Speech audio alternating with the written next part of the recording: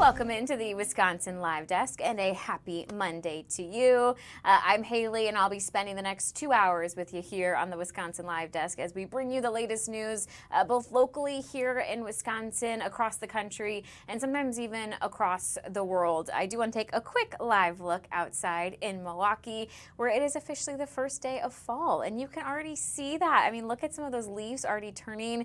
The fall foliage is so beautiful this time of year and I can't wait until this shot is just all kind of those reds and yellow leaves as we officially enter fall. Well, we do have some headlines to get you to. I actually want to start though in D.C.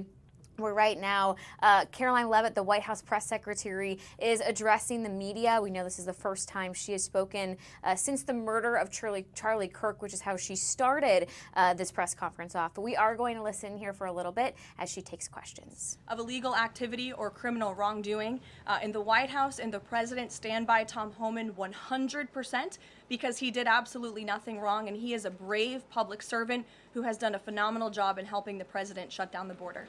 Mary. Thanks, Caroline. I have two questions on far-left violence. Sure. The first one, the president said yesterday that the bullet hit Charlie, but it was aimed at every one of us. Do you and your colleagues have a heightened sense of fear following this shooting and this far-left violence we're seeing across the country? I certainly think there's a heightened sense of awareness by conservatives across the country, by all of us here at the White House. Again, as I said to Monica, many of us were personal friends with Charlie and had involvement with Turning Point before we came and served our government in this way. So certainly it's a very shocking incident, and I think, you know, it's very unfortunate that those of us who work in this movement have to think about violence just for speaking our minds and for supporting President Trump. And as a follow-up on that, I asked the president last night on Air Force One about this pattern of transgender violence we're seeing. You know, Charlie's killer lived with his boyfriend who identifies as transgender, and then we had the Annunciation shooting, the Covenant shooting, all of these incidents. The president said that we're looking into transgender violence. Does that mean the FBI is looking into it? And can you give any more clarity on how the administration is viewing this uptick in specifically transgender violence? It's definitely something worth looking into, and I think anyone who denies that at this point is being willfully ignorant. And the administration is taking it seriously, all causes of violence, and why these people would be driven to such evil and such hatred. And there's probably many answers to that question, but the administration is really focused on all of them. For individual investigations and cases, of course, the FBI and the Department of Justice are leading those. But as for this overall violence and domestic terrorism that we're seeing, the White House and the president's policy team will be leading the charge, and that really begins with designating Antifa as a domestic terrorist organization. And I can assure you there will be additional actions to come. Sure, in the pink. Thanks, Caroline. Liz Landers with PBS NewsHour. I just wanted to follow up quickly on something that the president had said yesterday. So we heard from Erica Kirk. She said she forgives the man who shot and killed her husband. And then right after that, we heard from the president who said, I hate my opponent and I don't want the best for them. How does that square with bringing down the temperature of political violence in this country? And then, if I could, I had a follow-up on Venezuela, too. Look, the president is authentically himself. I think that's why millions of Americans across the country love him and support him, including Erica Kirk, who you saw so beautifully was on stage with the president in an unthinkable moment, in the midst of an unthinkable tragedy, and was leaning on the president for support during that time. And he was there to give it to her, as well as the vice president and many other top-ranking cabinet officials. Kayla. Thanks, Caroline. On TikTok, the deal. How much is the deal? And if you can't give an exact number to how much the deal is, when can we expect to learn how much the deal is being valued at? And then separately, who are the members involved in the deal? Like, can you share any more details there? So I don't have a specific number for you, nor am I going to confirm the specific individuals and entities in the deal, Kayla, but I do have several details I'm happy to run through for all of you, and the president will be signing the deal, the official deal, later this week at some point. Under the terms of this deal, TikTok will be owned by a majority of American investors and controlled by a board of directors with extensive national security and cybersecurity credentials. In partnership with the U.S. government, Oracle will serve as TikTok's trusted security provider, and they will independently monitor the safety and data security of all U.S. user data on TikTok's platform. Americans' data will be stored securely in the United States without access from China. All U.S. user data will be stored on servers operated by Oracle in the United States, protected from surveillance or interference by foreign adversaries. And the algorithm, I know this is a question many of you have had, will be secured, retrained, and operated in the United States outside of ByteDance's control. And TikTok will remain globally interoperable, meaning TikTok users in the U.S. will be able to see videos posted by users in other countries and vice versa. While I don't have a number on the specific deal, we do expect that thanks to the president's leadership and the securement of this historic deal, businesses using TikTok will generate as much as $178 billion in economic activity within the U.S.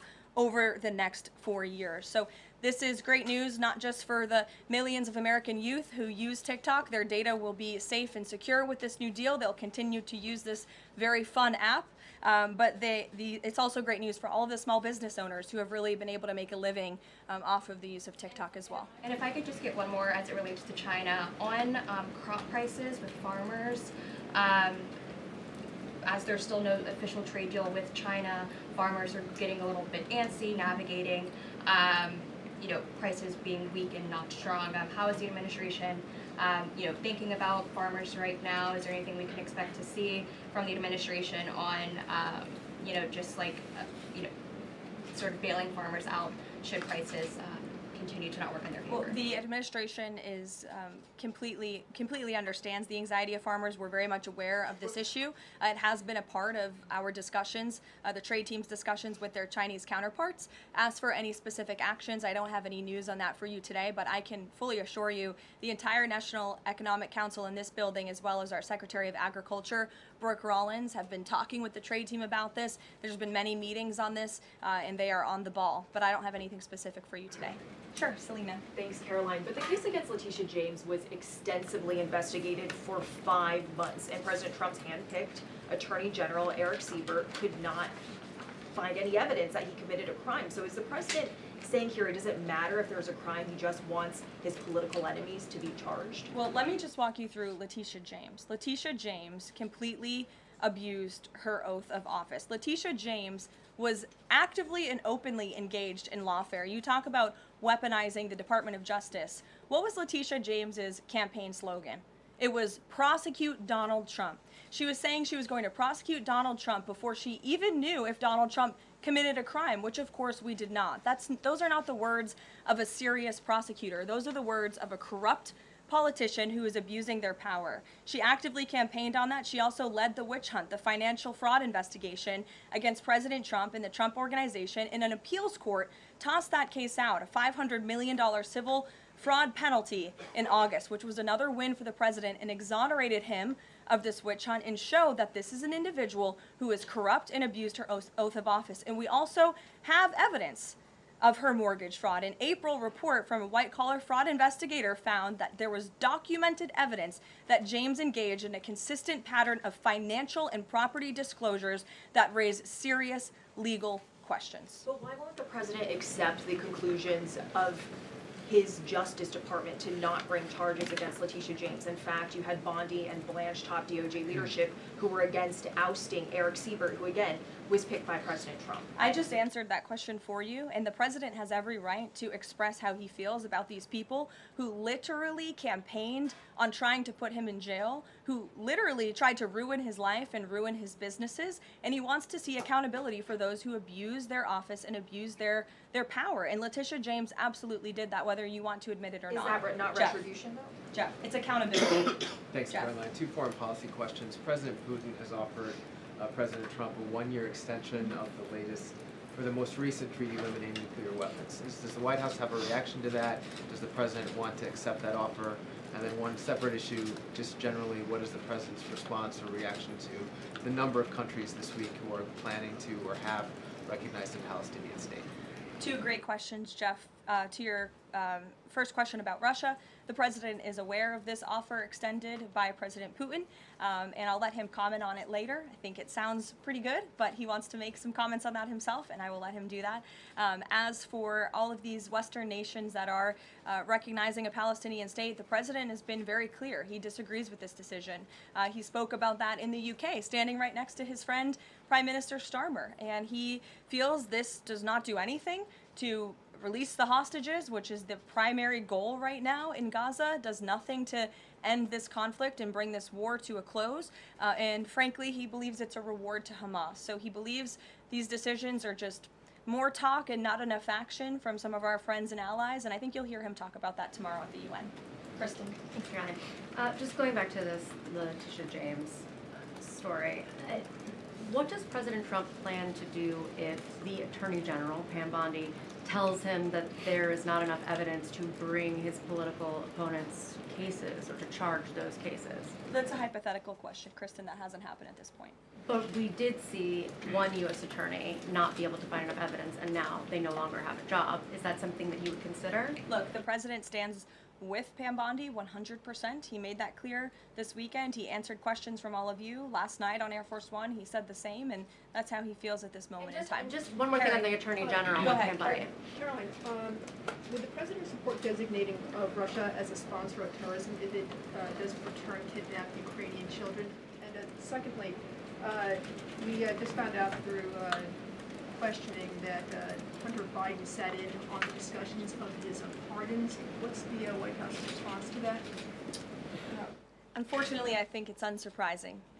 And it's also very telling that one of the only pardons Joe Biden signed on his way out the door was the pardon of his son. Everything else was signed with an auto pen, but that one was clearly his own signature. To your first question about Russia, I have no news to share with you on that.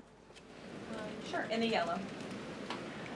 According to media reports, Maduro has sent a letter to President Trump, but President Trump avoided saying whether he has read it. Did he receive it? We have seen this letter. Frankly, I think there were a lot of lies that were repeated by Maduro in that letter, and the administration's position on Venezuela has not changed. We view the Maduro regime as illegitimate, and the president has clearly shown that he's willing to use any and all means necessary to stop the illegal trafficking of deadly drugs from the Venezuelan regime into the United States of America. Context of the letter? Gilbertson, go ahead. Oh, to you and then go ahead. Sure. Thank you, Caroline. Whitline with Borderhawk News. The admin has openly discussed taking legal action against officials in sanctuary jurisdictions. Just this last weekend, we saw Mayor of Evanston, Daniel Bliss, rioting and protesting outside of an ICE facility near Chicago. Are there plans to start arresting sanctuary mayors or governors going forwards? Unless they commit a crime, I don't see them being arrested. But if they are violating federal law, if they are violating state law, then of course they should be arrested by state and local law enforcement. If they're violating federal law, then they can expect the consequences of that behavior. Nick. Thank you, Caroline. Would the president like to see Congress pass a national holiday honoring Charlie Kirk annually? That's an interesting question. I'm sure he wouldn't oppose such a thing. But you can pose that to him yourself next time you get the chance. Sure thing. And to follow up, too, I know the president is honoring Charlie with the Presidential Medal of Freedom. Is there anything else that we don't know of in the works to honor Charlie? Not at this time, but we do look forward to that Medal of Freedom ceremony very soon. Daniel. Thanks, Caroline. This past Friday, Adam Schiff, Tim Kaine, they introduced a resolution on Capitol Hill aimed at stopping the successful kinetic strikes against narco-terrorists in the Caribbean Sea. What does a move like this, what type of message does it send to families, specifically families who have suffered at the hands of deadly narco drugs like these? I definitely think it sends the wrong message. We wish that Democrats would get on board with a very simple idea of ending drug trafficking and securing our homeland. And I saw a report this morning that the Dominican Republic actually helped us seize a boat that was on its way from Venezuela to the United States of America with lots of deadly drugs on board. And so if you actually hear from Caribbean nations in the region, they are thankful and grateful for the administration's efforts, and they're working alongside us to end this plague of drug trafficking through their seas. If you are just joining us, we've been listening in here as the White House holds a press briefing. The press secretary there, Caroline Leavitt, talking on a myriad of topics from the latest with Russia and Ukraine to the latest on TikTok, to the latest on Letitia James, also touching there at the end about Charlie Kirk, talking about how they'll have that ceremony soon to present him with the Presidential Medal of Freedom. Charlie Kirk's funeral was yesterday in Arizona. We heard from the president at his funeral. We also heard from his widow, Erica Kirk, the two, Erica and President Trump, having an exchange on stage as well. So lots still to learn from this press briefing, which is ongoing. So we will keep our eye on it and let you know if anything big comes from it. Speaking of national headlines in D.C., I do just want to go over a little bit of what we've learned about that TikTok deal. President Trump had a phone call with the Chinese president on Friday. Afterwards, he had tweeted on Truth Social that, the deal was done. Meanwhile, we didn't necessarily hear that from Chinese leaders. It does seem that what's coming out of that plan is that Oracle, which is a U.S. company, a U.S. tech giant, is going to receive a copy of TikTok's algorithm that it will operate for all U.S. users. This is coming from a senior official in the White House administration. So they said there's still some things to figure out. They are determining the next steps for that algorithm, which is currently owned by the Beijing-based ByteDance. This has certainly, though, been a very closely watched issue. We saw the topic of what can the Chinese government access of U.S. users who have this app, TikTok, that kind of problem first brought about and spoken about during Trump's first time in office. Then it was spoken again throughout all of Biden's presidency, and now it's again a big topic here in President Trump's second term. So what we know is that they believe that if the tech giant Oracle were to be the one to manage kind of TikTok for all U.S. users, that this would kind of satisfy the national security concerns over a Chinese company potentially manipulating what is being shown to platform users. We're still waiting for the confirmation of this plan. Again, this was kind of spoken about anonymously with the AP, with that senior official in President Donald Trump's administration. So we will keep our eyes out for any official confirmation here on TikTok, because we know this is certainly a very big deal to a lot of TikTok users. I was talking about it Friday. I remember when TikTok disappeared for like 24 hours back in January. Disappeared from the App Store, and if you had the app when you opened it, there was just a message on the screen saying this isn't available in your country right now. And all the TikTok lovers lost their minds. So I know that they've been happy that it's back. While there was kind of the grace period, it was extended and extended and extended as they worked on this deal, but it seems like they might be at the finish line finalizing what's going to happen with the future of TikTok here in the United States. Well, hey, we are monitoring a few other things here on the Wisconsin Live Desk. We are shortly going to be able to talk to our very own Brian Polson, who has the latest on an ongoing investigation. We're also eventually going to be able to talk to our very own Jason Calvi. He is talking again FEMA after Wisconsin dealt with so many floods back in August and the damage that came from all that flood water. Actually, I'm just going to pull this up really quickly because I want you guys to know that right now, if you are a flood victim still in need of assistance, and Jason will go way more in depth on this later on in the Wisconsin Live Desk, but they do have some of their resource centers open today. So today through Friday, you can go, if you're in Washington County, to Richfield Fire Station number 1 or to the Germantown Village Hall. There will be FEMA workers there who can really help you with your application. If you have any questions, or you're not sure if you qualify, or you want to know what should I do next, or what's available to help me right now in the meantime while we wait for this FEMA application to make its way through. They have not only all the answers for your FEMA application, but they also have many groups on hand offering resources to you if you are a flood victim. So again, you can go today through Friday. They'll have those two different kind of resource centers temporarily set up to get you some help. Again, Jason Calvi, this is what he is working on today, so he will join us later on here on the Wisconsin Live Desk to go more in depth and explain what he's seen. I know he's talked to a lot of you out there who are going through this process, which can be confusing, it can be long, it can be a headache, so we'll try and get you all the answers that we have, as well as speak to the experts and get your questions answered as well. We are going to take just a quick break here on the Wisconsin Live Desk. When we come back, I think it's time to talk sports, which I know for on the football side of things, not the best weekend. On the baseball side of things, they didn't necessarily win, but they did clinch the division. So we'll have all your Packers and Brewers news coming up in just 2 minutes. Stay with us.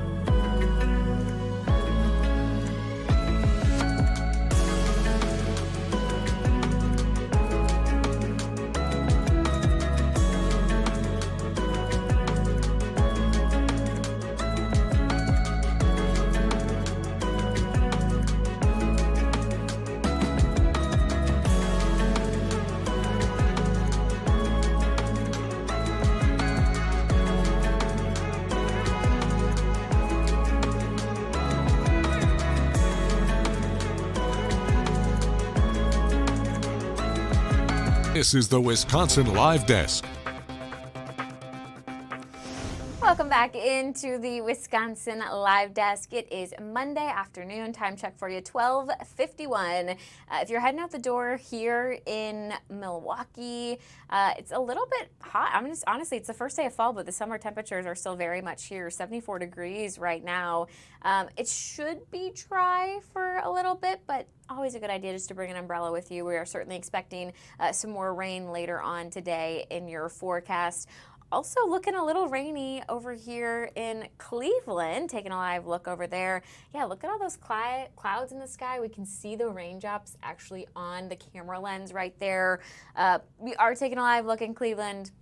Unfortunately, this is where the Green Bay Packers lost yesterday. They started off the season strong, 2-0, but they did fall really in the fourth quarter to the Cleveland Browns during yesterday's game, which we had right here on Fox 6. Final score was 10-13, and Cleveland scored all 13 of those points in the fourth quarter. It was kind of a brutal game to watch.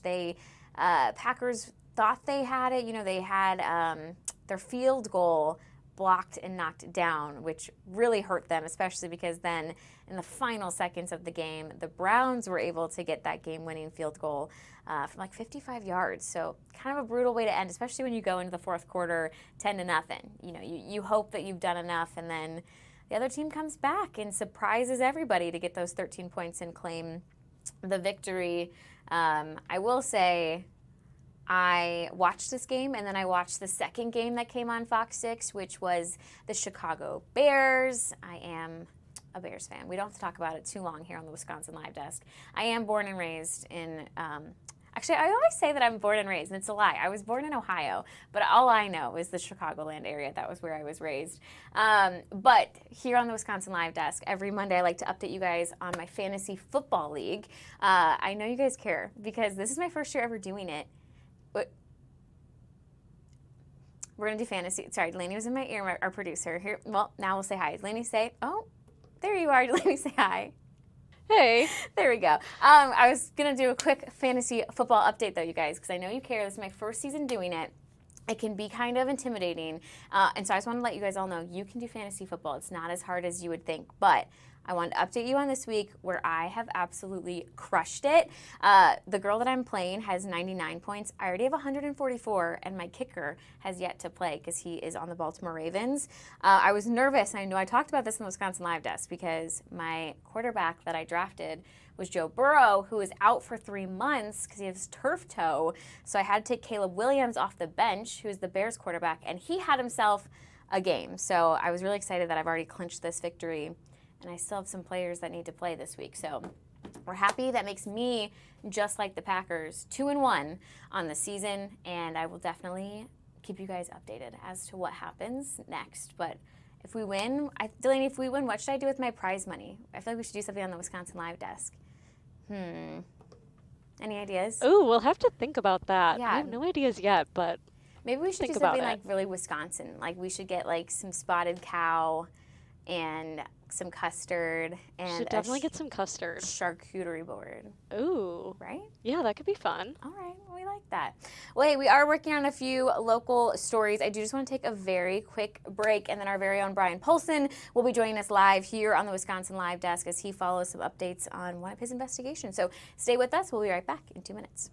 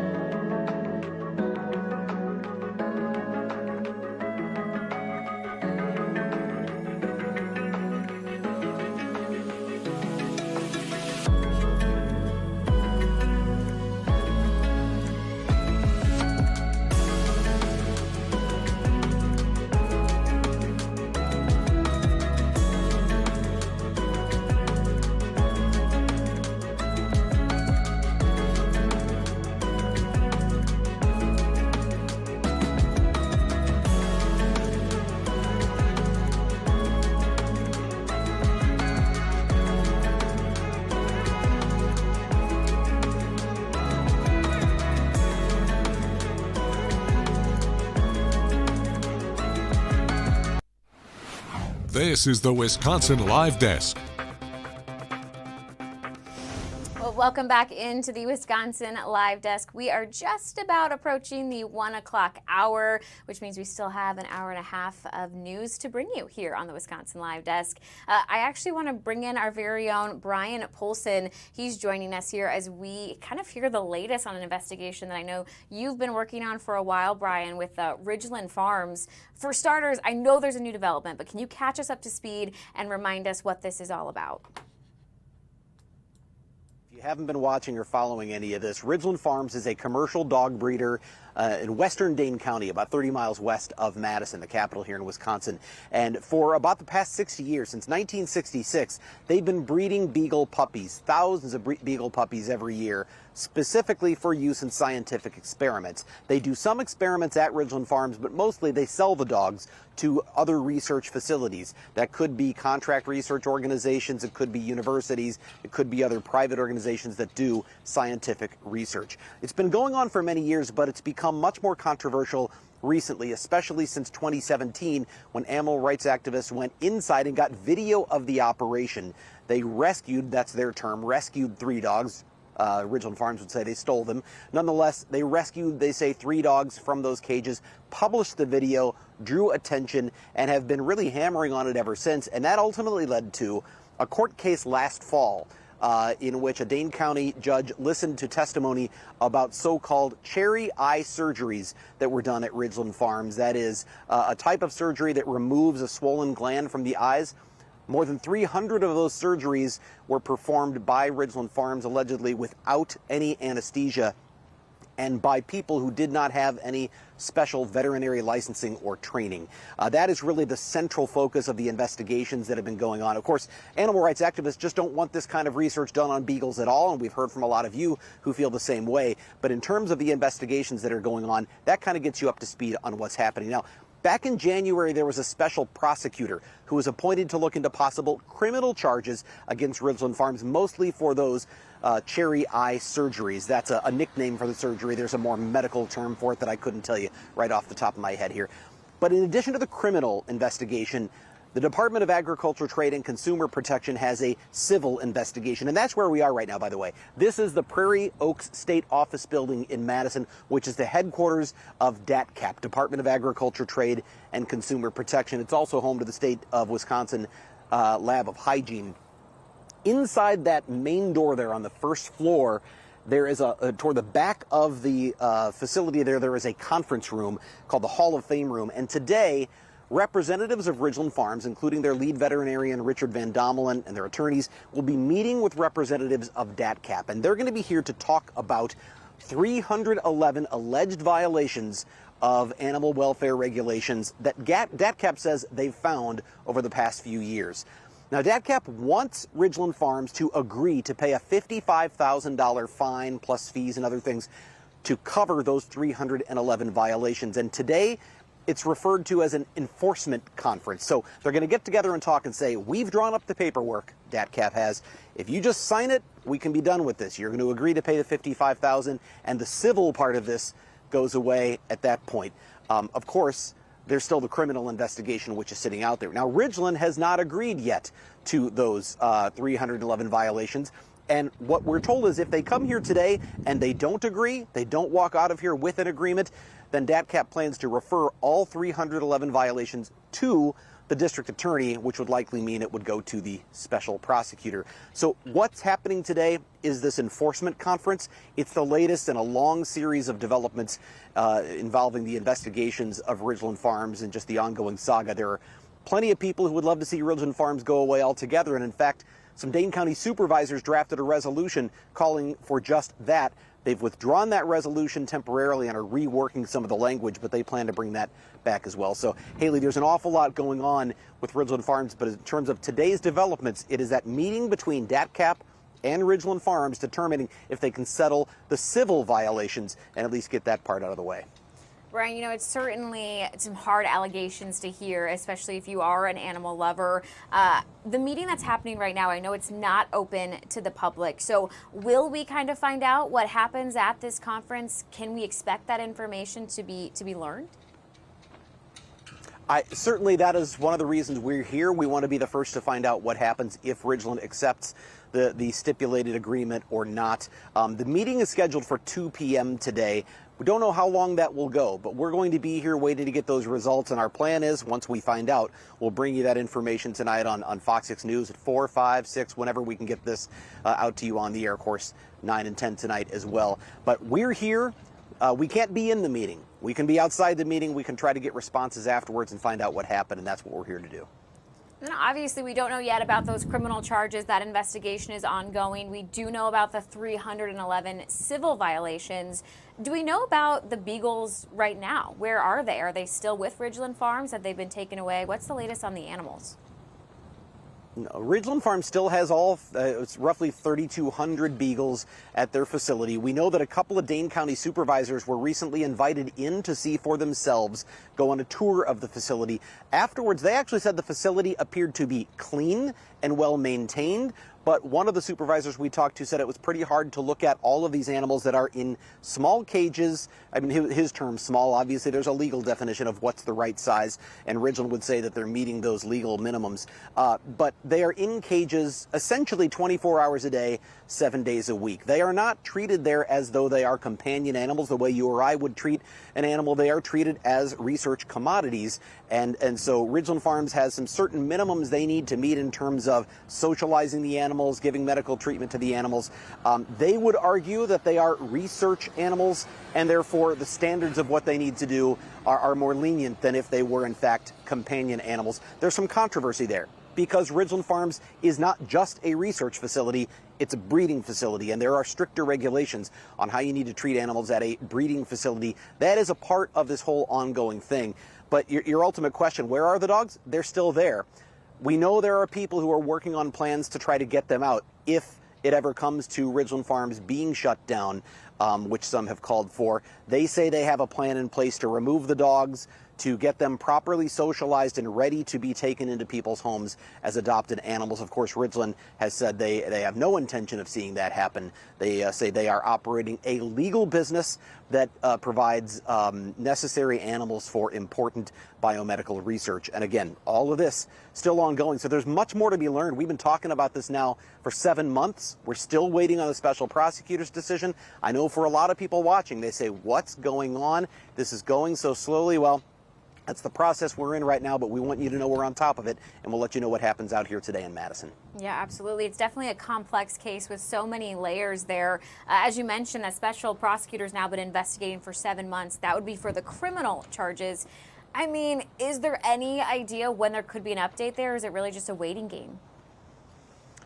Well, we've been hearing from the special prosecutor over the past few months that he was getting close to having something to announce publicly, but each time we hear that, more time passes and we don't. I do believe this meeting today, according to sources I've spoken to, this meeting between DATCAP and Ridgeland may play a role in the special prosecutor sort of holding off to see what happens here first, especially since DATCAP has said they might refer these violations to the DA's office.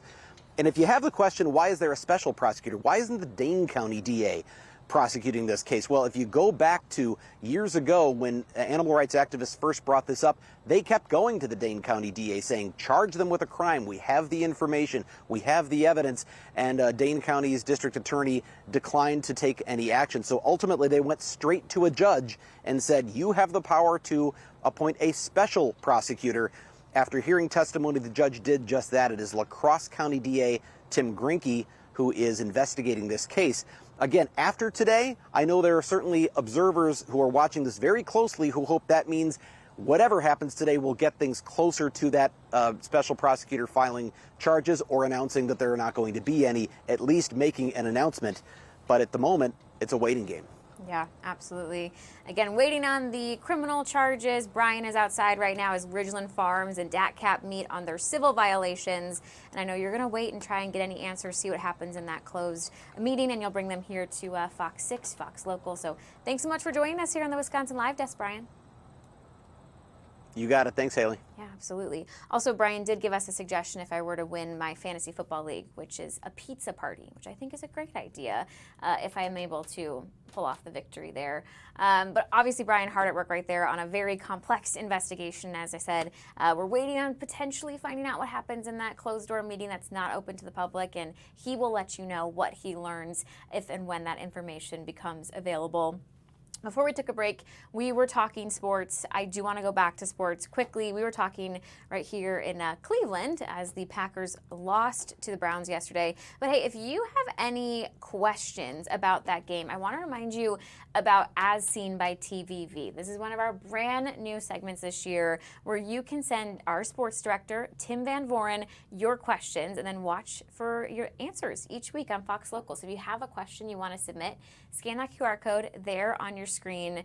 There are no silly questions. I love this because Tim has such knowledge, not just on sports and the Packers, but he also has access that we don't have. He has behind the scenes access. He has the chance to talk to these players and coaches and to be on the field. So your question can be absolutely anything from explain to me what turf toe is to what's it like to be on the field. Do you have a favorite stadium you've gotten to travel to? I don't know, maybe you can ask him who you should start as your quarterback on fantasy, or you can ask me. I'm just kidding, I'm not that much of a pro yet, you guys. Delaney's laughing, I got her on that one. So yes, As Seen by TVV, scan that QR code to submit your questions for this week. Maybe it's, how do you stop your field goal from getting kicked down, because that could have made a huge difference for the Packers. Also, just across the board yesterday, there were so many field goals that were knocked down. I think I heard 5 by mid-afternoon, which I think is pretty unheard of in football. It's always an impressive thing when somebody can jump high enough to knock the football down, but to have it happen 5 different times on the same Sunday, that is pretty crazy. I'm not the best with football knowledge, but I am pretty good with baseball knowledge. So we do have some Brewers updates for you as well. I know they had clinched their opportunity to go to the postseason a few weeks ago. We saw the October baseball shirts quickly sell out at American Family Field. Well, as of yesterday, they have officially clinched the division. So they are now the NLC, the National League Central Division champions. They actually lost yesterday, but the way they clinched that, they lost the Cardinals, was the Cubs got swept by the Reds. So their magic number, the Brewers this is, went down every single time they won and every single time the Cubs lost. So the Cubs losing 4 games to the Reds really helped the Brewers get this this win. They still have the chance to actually they have the best record in baseball right now, but they could be the best in the National League. They're really looking to bypass that wild card round, which we know for sure the Cubs will be in since they are no longer having any chance at winning the division. When we talk baseball, I know you might be wondering, hey, how can I go see some of those games since we know the Brewers will be in the postseason? They go on sale tomorrow at 10 a.m. So that's for the National League Division Series. Don't know yet who they're playing, but we know the Brewers will be there. And then if they were to advance to the NLCS as well to the World Series, those will be made available at a later date. Postseason tickets tend to go very quickly. I know a lot of times they have to even use a lottery system. So again, if you want to try and snag those, I would set an alarm. If you miss it, you are going to miss these tickets. They go on sale again tomorrow at 10 a.m.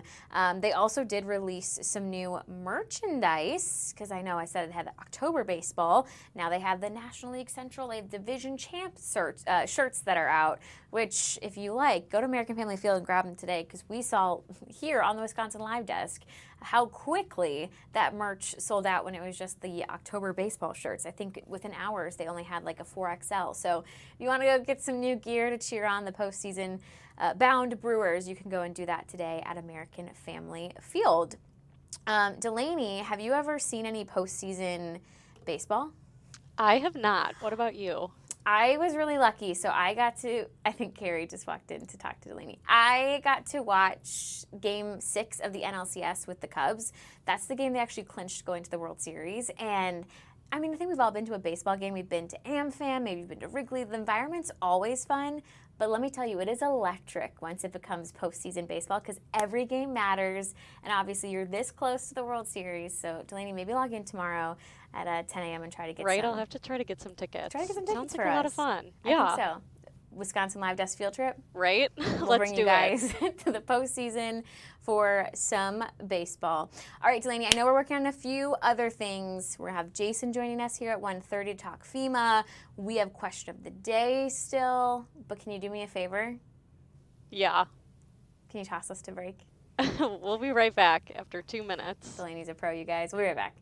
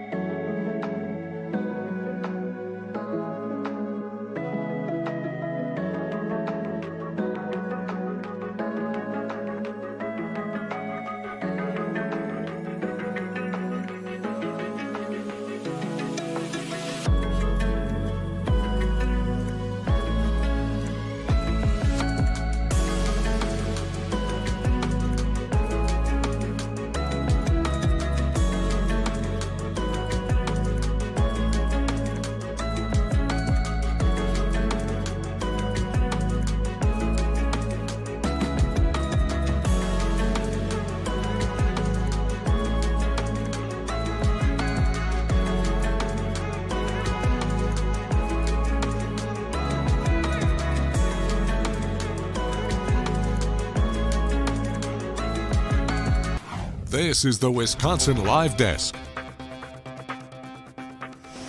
Welcome back into the Wisconsin Live Desk. It's Haley. 1:15 is what we're approaching right now, which means we still have an hour and 15 minutes of the Wisconsin Live Desk for you this Monday morning. We've already learned about an investigation Brian Polson is working on. We've been able to hear from the White House press secretary, Caroline Leavitt, on kind of some of the latest headlines that are making their way across the nation. We've also caught you up to speed on the unfortunate Packers loss, but the good news with the Brewers, and we've got you your information on how to potentially get some postseason tickets tomorrow. Again, we will have some more local stories coming up for you in a little bit with FEMA and aid and centers that are open with Jason Calvi.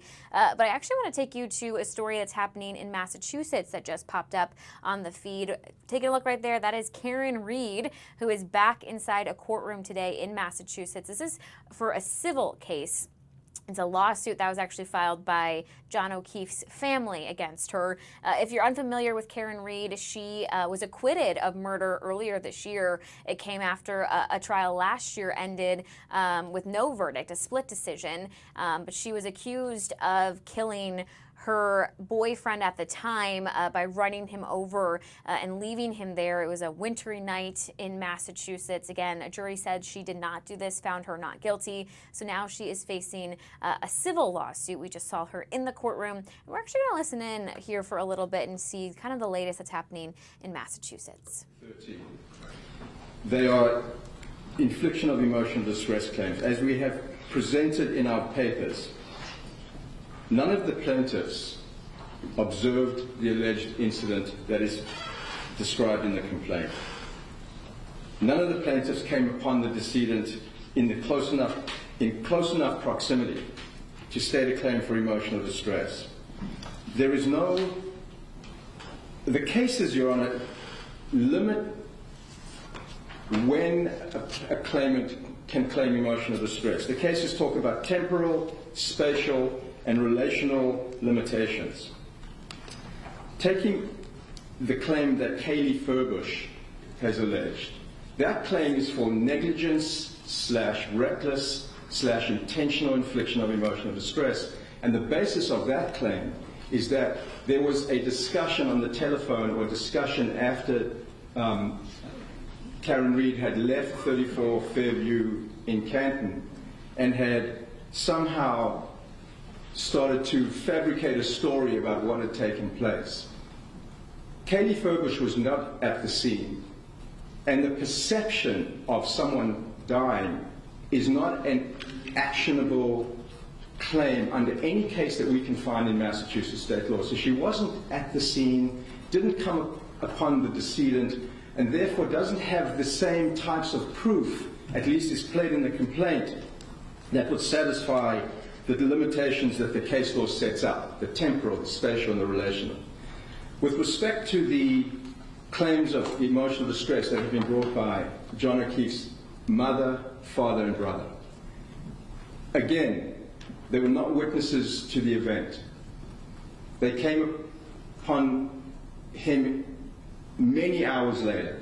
There are cases, and particularly the Cohen case that is cited in our brief, that speaks to the time that passes between an alleged event and when a family member or a bystander witnesses the consequences of that alleged event. And in that Cohen case, the court speaks to the fact that the mother of a young man that died in a plane crash didn't get to find out about it until many, many, many hours later, and the court denied the right to pursue an emotional distress claim. More importantly, Your Honor, there is a remedy here. If for the sake of argument, there is a remedy here through the wrongful death statute. And the wrongful death statute compensates for the types of harms that are alleged in the complaint. So what we're asking the court to do is to dismiss out the emotional distress claims because they are duplicative, and allow the plaintiffs to pursue the wrongful death action singularly. We rest on our papers. Thank you, Judge. Right, thank you.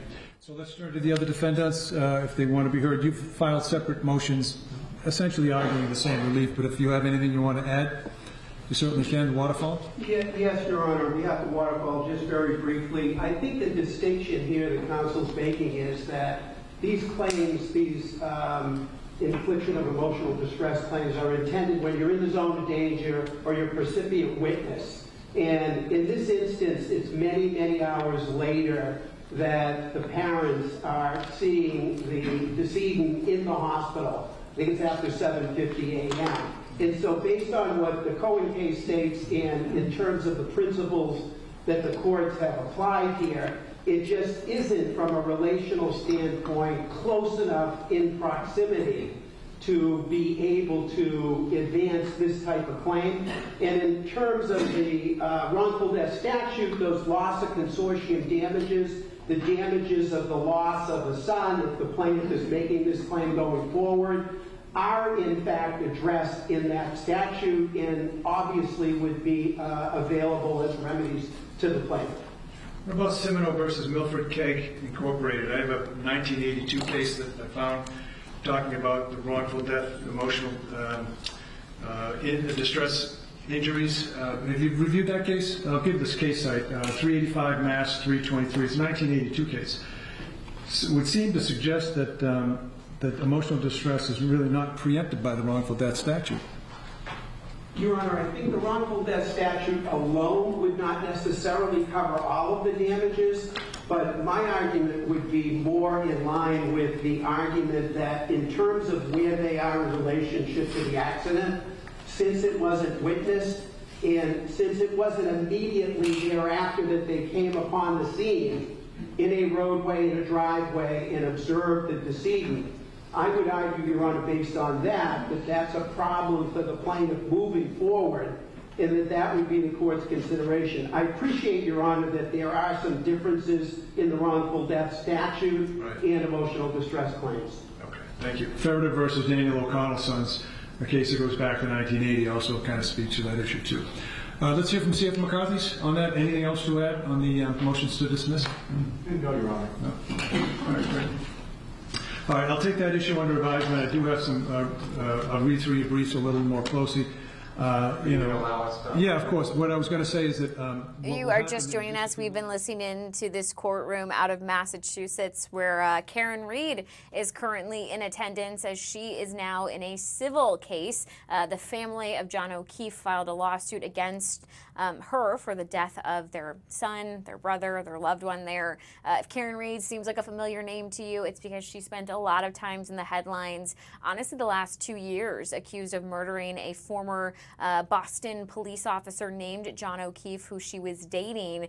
He was found kind of in the snow in the morning. And it was kind of she was accused of running him over in her car after they'd been out drinking. She was behind the wheel, they said intoxicated, when she ran him over when she was dropping him off at a friend's house. And then again, she was charged with murder, but she was found not guilty. That was after a split verdict, a mistrial the year before. And now, again, this is not a criminal charge she's facing. This is now a civil lawsuit filed against her by the family of that former Boston police officer. So a lot of news, a lot of interest out of this case in Massachusetts that we will certainly stay on top of and bring you any of the big updates here on the Wisconsin Live Desk. As I told you, we always kind of monitor these feeds behind us, and you never know where we're going to take you on the Wisconsin Live Desk. We stay local, we go across the country, and that's exactly what we're going to do right now. We're actually going to head to the West Coast. I want to take you out to this protest that's happening. This is an LA free speech rally where really people are rallying amid the Jimmy Kimmel Show suspension, which was a big story last week. Jimmy Kimmel indefinitely suspended after some comments that he made during his talk show about Charlie Kirk and the president. So since then, a lot of celebrities, a lot of even lawmakers have spoken out saying this is violating Jimmy Kimmel's free speech. So we are going to listen into this rally for just a few minutes and see what we can find out. ED claims by creating an arbitrary bright line test for such cases. Number 3, Your Honor, the defendants failed to holistically consider the facts alleged and the known vulnerabilities of the plaintiffs when evaluating the defendants' extreme and outrageous conduct in violation of the infliction of emotional distress standard. I recognize that this court is not new to this case, and I recognize that most people already understand the facts, but I think it is important and significant that I at least highlight the ones that will be at issue here today. Throughout, we intend, like we did in the complaint, to refer to John O'Keefe as JJ. That is what he was affectionately referred to by his niece and nephew. JJ no longer has a voice. His life was wrongfully taken on January 29th, 2022. He lived a life of service. He was a Boston police officer, and his personal life, when JJ's older sister and brother-in-law tragically passed 2 months apart from each other, leaving 2 young children orphaned, JJ stepped up. He agreed to parent those. Thank you. I apologize. We were just listening to the audio from Karen Reed, you guys. Here's the actual audio for this fighting for free speech. Good morning. My name is Meredith Steam. I'm a television writer and president of the Writers Guild of America West. First, thank you to Representative Laura Friedman for inviting writers here today. Thank you, writers, for showing up. You always do.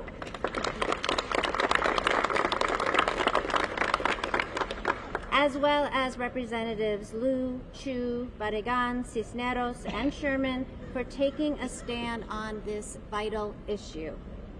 I am here on behalf of the 12,000 union members who write Hollywood TV shows and movies to express our opposition and outrage at Disney and ABC for suspending Jimmy Kimmel Live.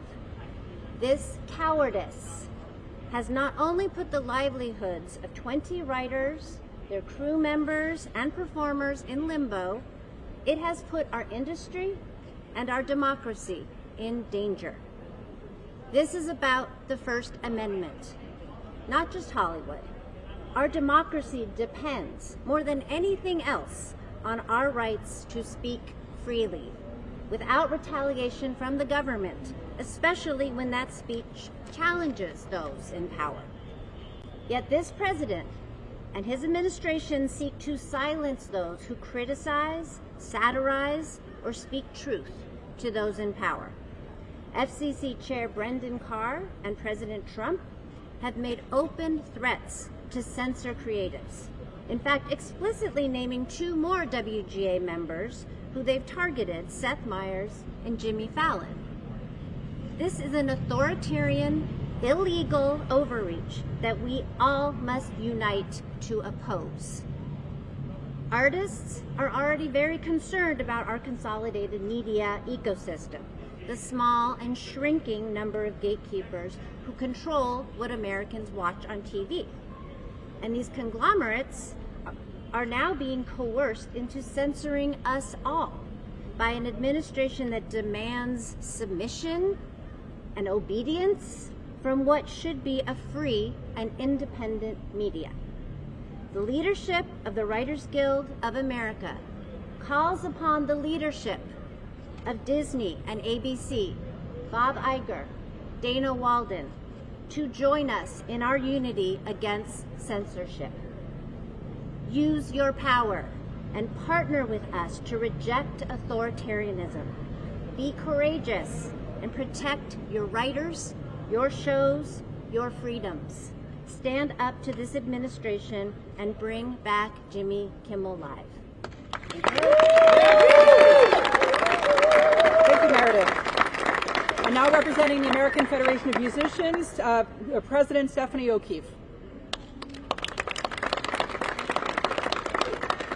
Thank you very much. My name is Stephanie O'Keefe, and I serve as the president of American Federation of Musicians Local 47 here in Los Angeles.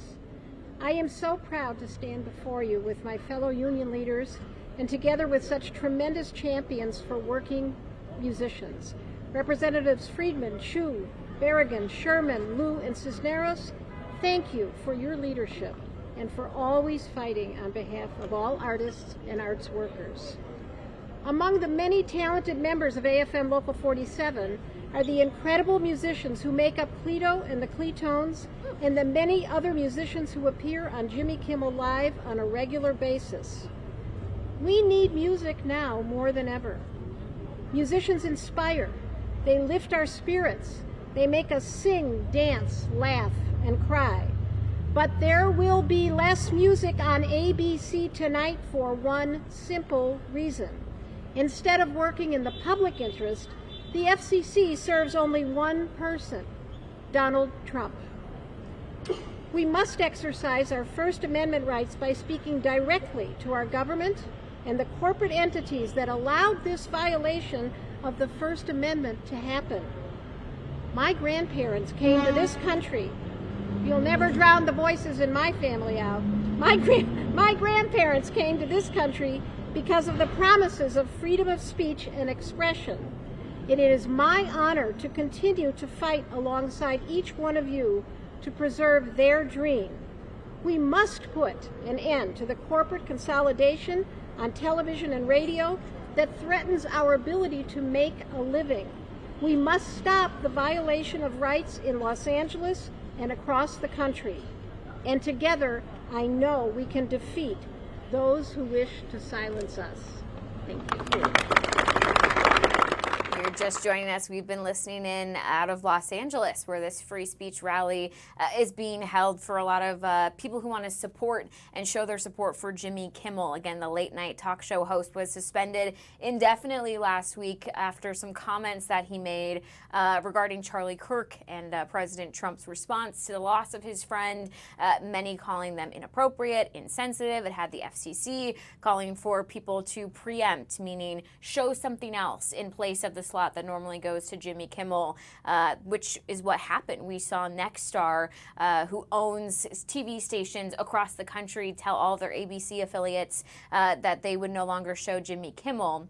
We also saw then Sinclair, which is another company that owns TV stations across the country, say they were going to do the same thing. And then a little bit later is when Disney announced that they were going to just pull Jimmy Kimmel for an indefinite amount of time, suspending him, pulling him from the air. It is important to note that Nexstar has a very big pending deal with the FCC. They're looking to buy Tegna, which is another one of those companies that owns kind of television stations across the country. Buying Tegna would make Nexstar a huge owner of TV stations across the country. That FCC would actually have to change the limit that they're allowed to have. Some people have called on that, saying this seems to be that maybe there's some games behind the scenes. Other people simply saying this is a violation of free speech, a First Amendment right. While other people, again, on the other side of the argument, say that this was the right call, that the joke went too far, and where does the line need to be drawn? So it is definitely a decision that has gotten a lot of reaction from all sorts of different sides, and people speaking out for and against this suspension. Again, this is a rally happening in LA that we'll continue to monitor, and if anything happens from it, big, any headlines, we'll of course bring them to you here on the Wisconsin Live Desk. Hey, we're going to take a very quick break because then we get to head to a pretty exciting thing, I think, here happening right now in Milwaukee that has to do with hockey and it has to do with ice. Any ideas? Maybe it's the Admirals? We don't know. We don't know. We do know. You don't know. But you will know in 2 minutes. We're going to take a quick break and then we'll take you out as the ice officially gets put in and hockey season's almost here. All right, stay with us.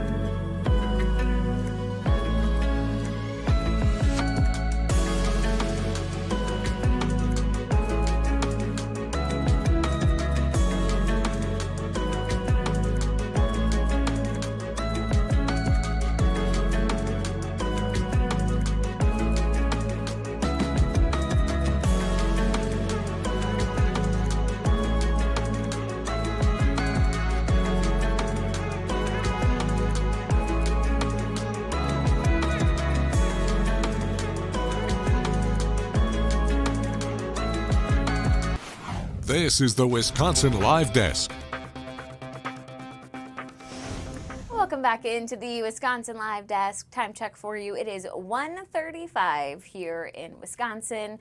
Don't know what time it is wherever you are tuning in, but I do hope you're having a good Monday. If you're here locally, it's a little bit of a rainy one today. We are expecting some dry moments here or there for sure this afternoon, but then we are expecting kind of some heavier rain later on today. Our weather experts, of course, have you covered in the Fox Local app, as well as their weather app if you need any information on your weather first forecast. But if you're heading out the door, it's always just a good idea, I think, to have the umbrella with you so that if you get caught in kind of one of those pop-up showers, you're good to go.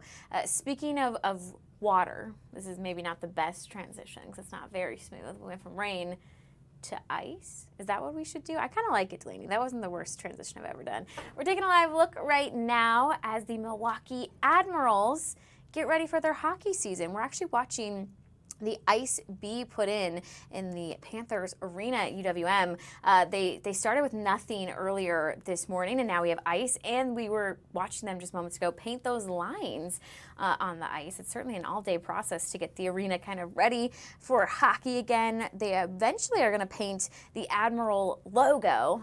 We don't know when that will be or how long kind of all the lines and things will take, but we're going to try and stick with it. If it happens here in the Wisconsin Live Desk, we'll absolutely bring it to you here live on air. This is the kind of thing that I love watching. I love kind of pulling the curtain back, getting a behind the scenes look at you know, how do they make the ice? How do they get everything set up for the Milwaukee Admirals? Which, if you're wondering, when can I go see an Admirals game? We are getting close. The season kicks off next month. They're going to start away actually in Rockford October 11th, but then they will be here at Panther Arena October 18th. That's when they'll be playing with Texas, which I was asking Delaney if she had ever been to a Milwaukee Admirals game. I know the answer, but let's have Delaney tell us. Delaney? I've been to one a few years ago, but I only stayed for the first half. Because you were super busy and you needed to go to bed, or what was the reasoning? Super busy. No, it just wasn't really my thing. Delaney! I know. Okay, I love hockey. I've obviously not been to an Admirals game. I just recently moved to Milwaukee, but I love hockey, Delaney, because it is such a physical game. Like, these players just, like, chuck themselves at each other. They'll hit the glass, and it's startling, and, like, they act like nothing happened. I do struggle, like, following the puck because it can move so incredibly fast. I don't know how players pay attention to that while also being on skates. Doesn't that just impress you? I know. We used to go in college a lot to games for our college team, and trying to watch the puck was so hard. You never knew where it was. I'm paying attention. I'm trying to follow it. I also just don't know that I know enough of the rules yet about hockey. I was joking that I'm in my hockey girl era, so eventually I would love to learn more. But, like, obviously I go to a baseball game or even football or basketball. I know that sport so well, so I understand, like, oh, the flag is for this, or here's the foul. But with hockey, I don't know what's allowed and what's not. I'll hear, like, oh, they're sticking. And I'm like, I don't know what that means. So I definitely have a lot to learn. But I'm loving this behind-the-scenes look right now as they walk on the ice and they paint the whole arena there. Delaney, can you ice skate? I can. Yeah? Are you good at it? I don't know if I'd say I'm the best, but it's definitely fun. Yeah. I have learned, so I was just in Greenville, South Carolina, and people would be like, oh, can you ice skate? I'd be like, yeah. This is not, I think it's a Midwest thing. Like, I think here you grow up and, like, everyone just kind of knows how to skate because it's such a cold climate. If you go other places, they'll be very impressed, Delaney, that you can lace up skates and not fall over. Really? Right. I would have never thought about that, but that makes sense. Like, I'm not an Olympic skater by any means, but I can, like, do a little spin for you. They blew their minds. So if you ever need to feel like you're the goat of something, just go to the South and say you can skate. Good to know. Yep, I got you, Delaney. I got you. So yeah, again, right now they have installed the ice. Now we're on the painting phase. If you're just joining us as the Milwaukee Admirals get ready for their season. Oh, look, they're painting the blue stripe right there. I wonder what it's like to paint on ice. What kind of canvas would that be, Delaney? Like, I wonder if it's... I feel like it'd be really smooth. They just put the ice down. They probably had the Zamboni, like, smooth out the ice. But I wonder if it would, like, try and bleed because it's a wet... You know, like, when it's, maybe. like, watercolors, when you're painting on paper, obviously the color likes to bleed. So I wonder how you contain it to one spot. They probably have to use a certain type of paint. Yeah, I have so many questions about this. And also, how often do they have to repaint it? Do they repaint every game? Like, see, these are the questions that I have watching this be installed. Interesting. I think this is like the bird cam for me, Delaney, where I could I was going to say that. It's the bird cam, but it's a little more active. It's a more active bird cam where, like, I don't know if other people find this as fascinating as I do, but, like, I could very contently watch this be painted for a good 10, 15 minutes. But other people might be like, that's not as exciting, Haley. No, it's definitely interesting to watch the behind the scenes. Okay, well, while we watch them paint in this red circle, see, I don't know enough about hockey to know what exactly you do at this red circle. I want to play a game of true or false with you, Delaney. Okay. We're going to see if you can name the other teams that are in the Central Division of the American Hockey League. So I'm going to give you a team, and you're going to tell me if that's in the Central Division or not. All right. Okay. So, freebie, the Milwaukee Admirals. Yes. Nailed it. Okay, the Chicago Wolves. Yes. Nailed it. They play at the Allstate Arena. Obviously, the Blackhawks are in the National Hockey League, the NHL. The Grand Rapids Griffins. I want to say yes. Nailed it. The Cleveland Monsters. I'm going to go with no on that one. Oh my gosh, you're right. They're in the North Division. Crushed it. The Coachella Valley Firebirds. Yes. Delaney, that's obviously not the Central Division. That sounds all about California. That's the Pacific Division. Okay, the Manitoba Moose. I'm going to say yes. Nailed it. Okay, the Texas Stars. No. Shocking? They are. Yeah. Really? The Texas Stars, again, they're going to be their home opener here at Panther Arena. You can catch that game October 18th. Let's see, the other ones that are in the Central Division, the Iowa Wild and the Rockford Ice Hogs, which Rockford would also be Illinois. Delaney, Wisconsin Live Desk field trip. I think we have to go to an Admirals. Will you go to an Admirals game with me? Yeah, we definitely have to go to one. I hope that there's one's on Saturday. That's a weekend game. I was gonna say, I go to bed really early, you guys. I have to be here early. So that's what makes my social life not always the best, but Delaney and I will go on a Saturday. And yeah, they'll definitely have a Saturday game we can get to. We'll take a photo and then we'll put it here on the Wisconsin Live Desk, and we'll let people know if we learn more about hockey yet after that. Sounds like a good idea to me. Sounds like a great idea to me. All right, so again, we are waiting on the logo to be painted, which we don't know if that's going to happen in the next 45 minutes, but I can assure you if it does, we'll bring it to you here on the Wisconsin Live Desk. We'll check back in because I think this is a really fun little live shot that we have right now for you happening right here out of Wisconsin. We also have to talk, Delaney, about this new Guinness World Record because I think this is crazy. Okay, you guys, so this is the most deliveries by UAV drones in 1 hour was 176. And who's getting this Guinness World Record? That's her. I'm reading her X handle. Cardi B, Atlantic Records, Wings, and Walmart. Because basically what they did, Cardi B on Friday released her new album, Am I the Drama? So they took 176 copies of that album and they had them delivered via drones, which I think this really proves to me, Delaney, that there's truly a Guinness World Record for anything. There really is. Because I would have never thought most drone deliveries by UAV drones in 1 hour is a record. But I love that Cardi B now is the partial owner of the record. 176 in an hour. What a cool way to get the album, though. Like, if you're a Cardi B fan and all of a sudden, like, actually, I don't know if it's cool or if it would scare me. Like, this, like, drone started flying towards me. But I think what a cool way to, continue her promotion for this new album. Yeah, definitely a cool way. I was talking with Derica, because Derica's a big, I learned, Cardi B fan. And she was telling me how much she loved the promotion. And she was like, oh, she did all these funny things in New York. So I looked it up. It's so funny, Delaney. She, like, goes through the subway and, like, is trying to sell her CDs, which... If you've ever ridden the subway in New York, like, people will sell products this way. So she was like, I got a CD, $10. It's so funny. And somebody pulls out their wallet and is like, I'll pay for it. I'll get it, and buys the album.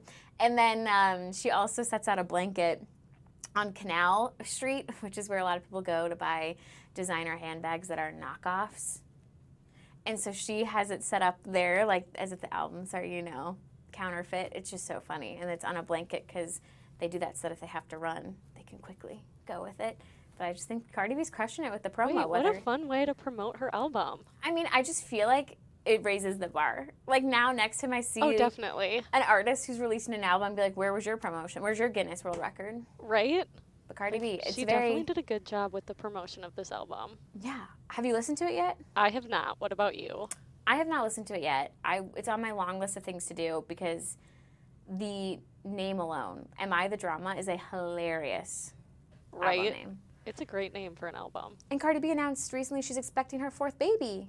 I know, how exciting for her. She's making all sorts of headlines, Delaney. She really is. All sorts of headlines. Also, again, the Milwaukee Admirals, they're making headlines as they color and paint the ice that they already put in earlier today. We are going to take a quick break here on the Wisconsin Live Desk. Then we're going to tell you about this new contest happening here in Wisconsin that you can vote in for the coolest item that's Wisconsin made. You're going to want to stay with us. We'll be right back in 2 minutes.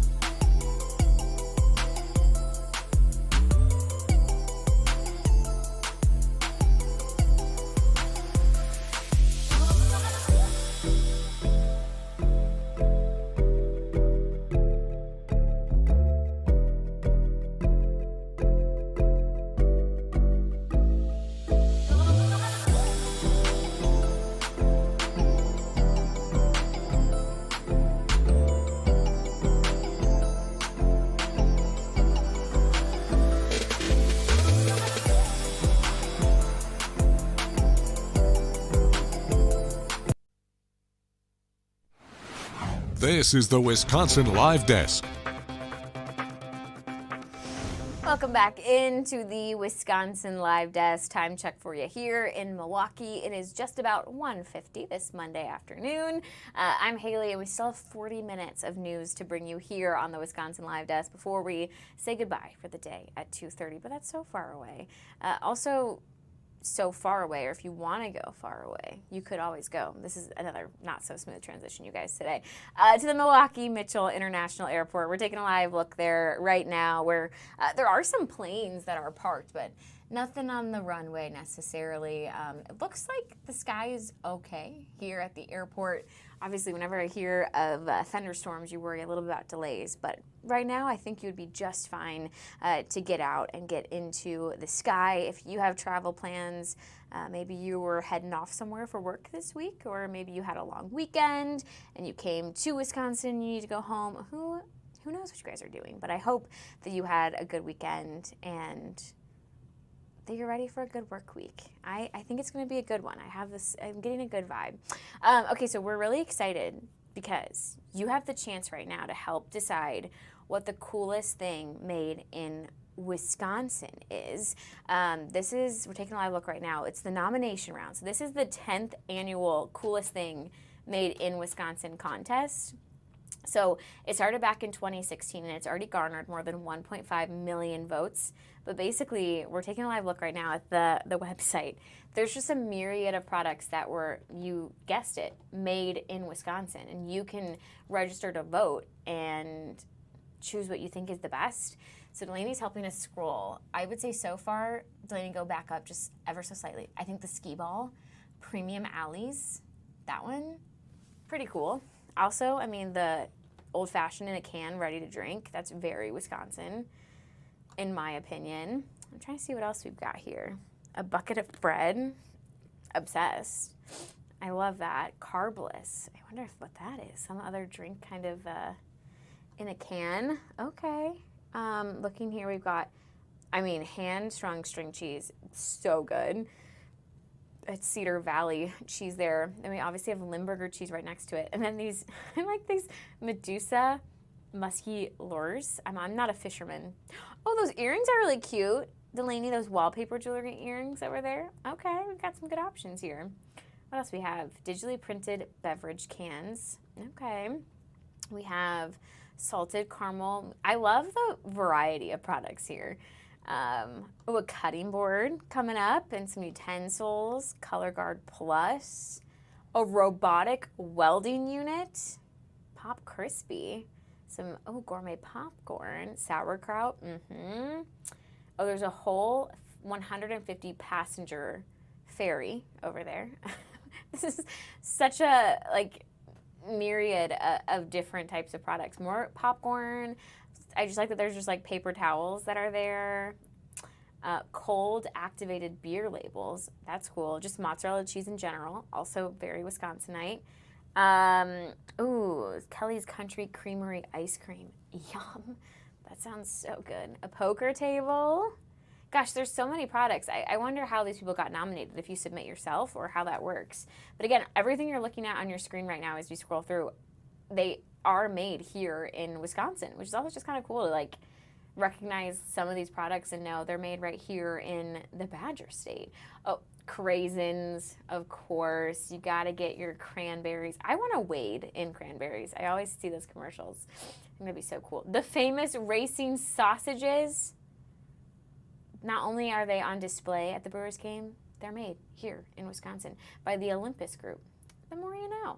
The more you know. A hummingbird feeder. We should get one of those for the Wisconsin Live Desk because we love the bird camera when we can find one.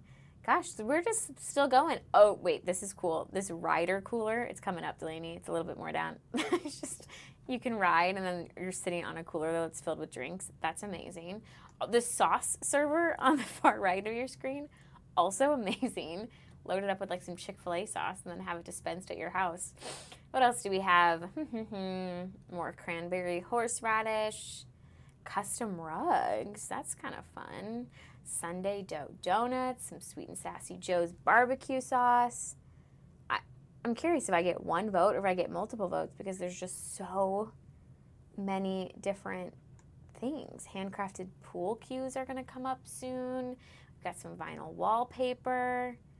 Ending with an ice boat and zero-proof water. Delaney, what are you going to give your vote to? There's so many options. I like the skee ball. The racing sausage costumes are cool. Yeah. I don't want to copy you, but those are the two that really stood out to me. I think that, they're both just iconic things.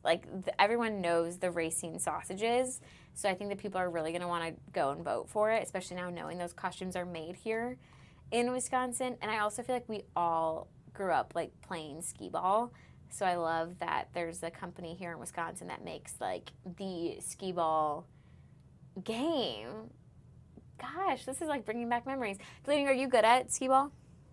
I wasn't very good at it, but I do like to play it. Yeah, I feel like to me skee ball is like bowling, and what I mean by that is there are times that I play, you guys, and I on fire. I'm so strikes or bullseye, and then there's other times I play and I can't hit a single pin or get a single ball properly in the thing. So I think that'll be fun. Again, we'll have actually more information about this coming up later today in one of our newscasts. But go vote if you want to decide what you think the coolest thing made in Wisconsin is. I'm just impressed, honestly, Delaney, with how many things are made here in Wisconsin. Right? There's so many options. I didn't know that many things. Especially because this is the 10th year also. So do these people submit every year, or are we on a whole new option list? It's a lot. That was a lot. I know. I have a lot of questions. I also have a lot of questions. You know what else I had a lot of questions about? What? The hockey arena. I think we should go back really quickly. Let's go back. Let's take another live look because they're still working hard over there. This has to be actually, Delaney, also. This is kind of a physical task. My back would hurt doing this. We see people literally on their hands and knees. We see somebody else leaning over. The attention to detail. Obviously, you have to color inside the lines. So what a fun, time-consuming task. They started earlier this morning because, again, there wasn't even ice earlier today. So they first had to get the ice in there. and now they're painting all the lines, all the regulation things that your hockey field, what is that called? Rink? Hockey rink, yeah. That your hockey rink would need. And then coming up next is the logo for your Milwaukee Admirals. Very exciting. We are still, just to keep you guys updated, we are expected to still hear from Jason Calvi. He's working on his story with FEMA and those resource centers that are open, getting you guys information. If you think, hey, do I qualify, or should I submit an application, or how do I submit an application, or in the meantime while I wait, what's available to help me now? We are working on getting you all of those answers today, and we are expecting to hear from Jason somewhat soon.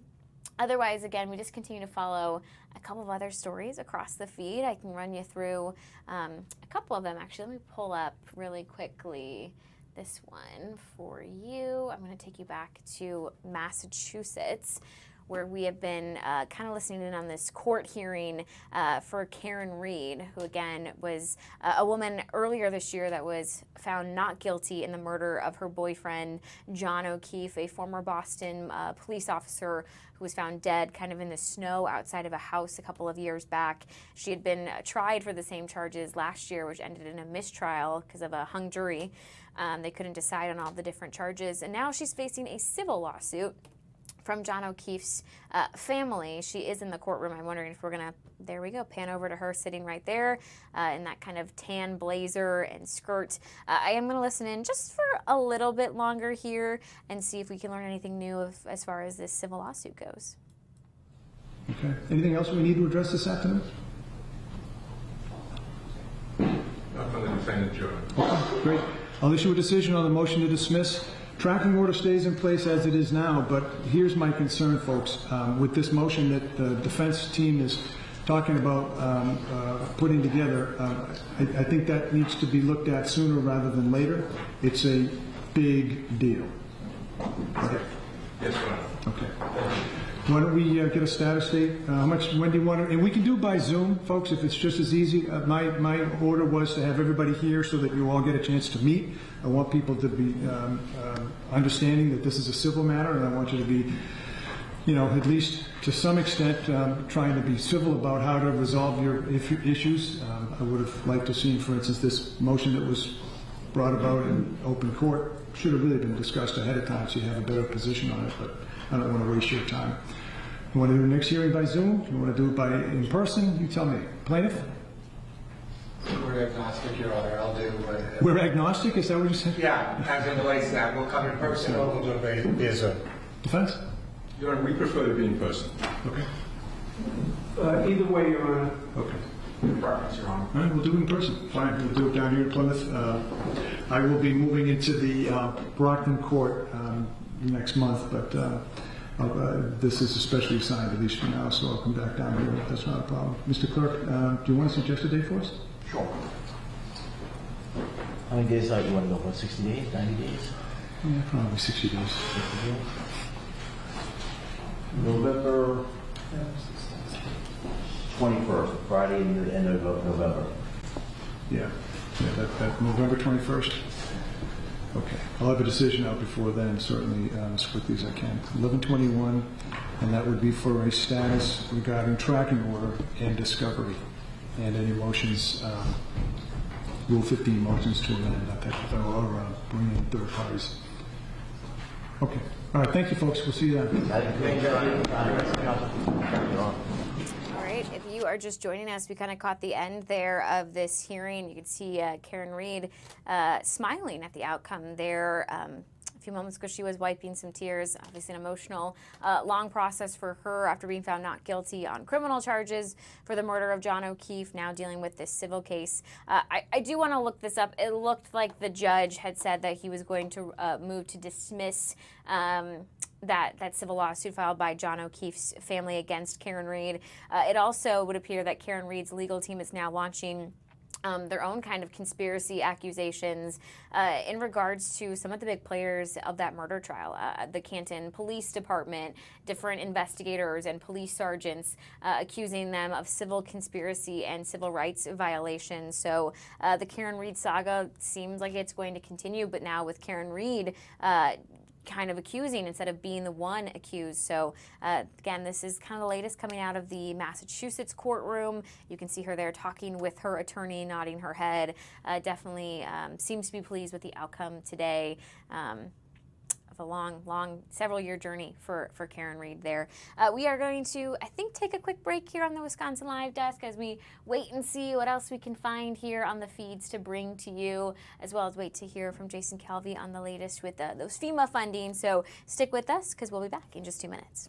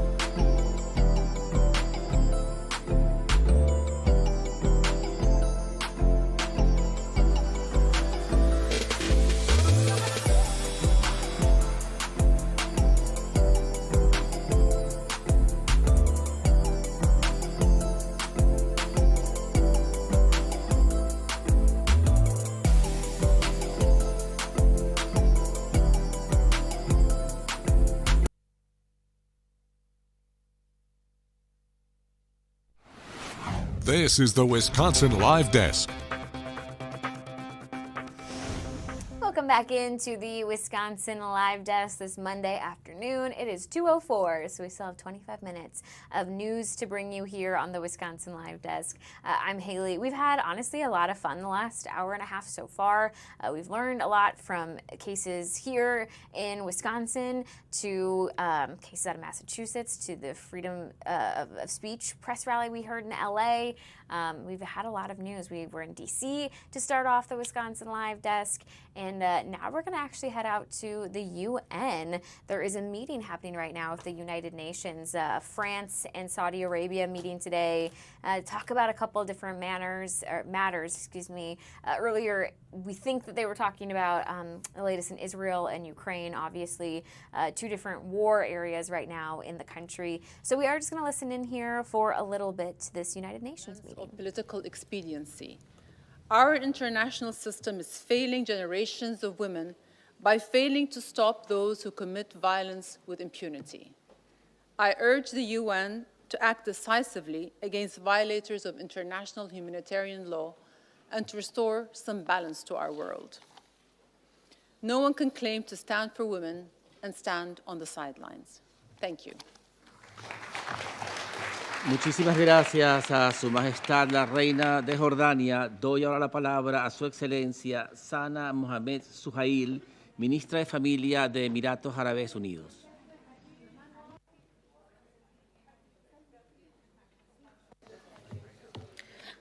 السيد الرئيس، في البداية أشكركم على تنظيم هذا الاجتماع الهام بمرور 30 عاماً على اعتماد إعلان ومنهاج عمل بيجين. وأتوجه بالشكر إلى الأمين العام والسيدة سيما بحوث وكافة المتحدثين على مداخلاتهم القيمة. في دولة الإمارات تسهم النساء والفتيات بفضل القيادة الحكيمة لسمو الشيخة فاطمة بنت مبارك أم الإمارات في تعزيز مكانتهن وحمايتهن. وانطلاقا من هذا التوجه أطلقت الدولة هذا العام رؤية الإمارات 50-50 لتكون خارطة.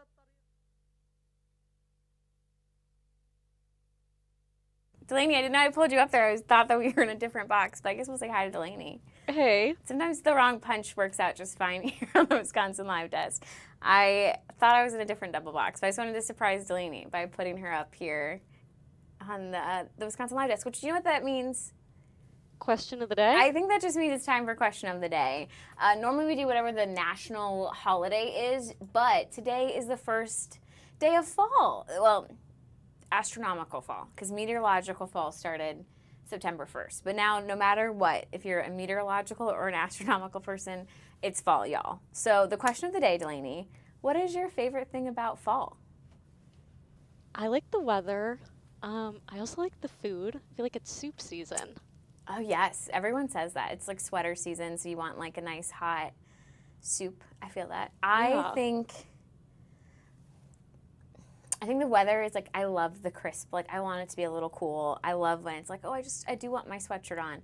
So that, but I'm a really big fan of apple cider donuts, which comes out in the fall. Those are so good. There's nothing better than when you go to like an orchard and then you go, or like a pumpkin patch, and like before you leave, you get like the hot apple cider donuts that are freshly made. Those are the best. So good. I was grocery shopping yesterday and I saw that Dunkin' made a coffee flavor of apple cider donut. Did they really? Yeah, I didn't know that. I bought it. I mean, it's like the pre-packaged bag of coffee. Did you try it? I had it this morning, and it was pretty good. I think I'm going to keep making that. It sounds good. And, like, it just like, puts you in that fall mood, an autumnal mood. For sure. Oh, my gosh. Well, the other part of question of the day is obviously true or false. So Delaney always prepares some true or false questions, and so we have 2 to go over today. True or false? In the southern hemisphere, September's equinox marks the beginning of spring. Oh, gosh. This might be true because Australia, the seasons are the other way. I'm going to go true. Yeah, this is true. Things are reversed in the southern hemisphere. For a second, I was like, Delaney, you put spring instead of fall. Like, I thought you had messed up. And then I was like, no, I remember because they're in Australia, like, Christmas is during summer. Yeah, this one's true. Yeah, okay, proud of myself for getting that right. But I always, like, that's so confusing to me that half the world I know, this is one was a confusing one. on the other side of the seasons. Interesting. First day of fall, I'm going to say true or false. I read the wrong title there. The heaviest pumpkin was grown in Minnesota. I like the idea that it was, you know, our neighbor here. I definitely think it's got to be somewhere in the Midwest. But what if it was Wisconsin? I feel like sometimes I want to say false because I think you would have done one of each, but then sometimes I think you think I'm going to think that, so then you do 2 true. Like, there's a lot of mind games that go on here, Delaney. I'm going to go true. This one is true. It weighed over 2,700 pounds. 2,700 pounds, so more than a ton. Yeah, it was in the Guinness World Record, 2023. Oh, it's recent. Yeah. That's not too long ago. It's a recent one. Oh my gosh, I love that. I can't even picture like how big that would be, Delaney. Like, that's a huge pumpkin. Right? That's probably the pumpkin the fairy godmother used to make a carriage. Oh, absolutely. You know? It had to be something like that. I feel like I started out strong this week. I went 2 for 2 for that. Yeah, I think it's a good week. It's pretty good. Do you know what I think my reward should be? What? A pumpkin spice latte. Ooh. Which now, I feel like you can go get that, like any of the fall seasonal beverages without judgment. Right? Now you can. Delaney and I have been doing already for weeks, and we don't judge each other for that, and we would never judge you for that. But if one of your friends was like, it's too early for a PSL, you can for sure get it now. It's definitely the season now. Definitely the season. I think we've been in the season since the beginning of September, but it's officially now. Which also I'm proud of. Like, some people I think go fall like August. I feel like we waited like September 1st and then it was the season. Yeah. So, very fair. Do you have any fall like traditions that you like to do all the time in Wisconsin? Ooh, not really. I like apple picking. That's always fun. Yes. Yeah. What about you? I I think that like going to a corn maze is fun, like once a season, and I love finding like the really like big ones where it's like actually hard to like not get lost.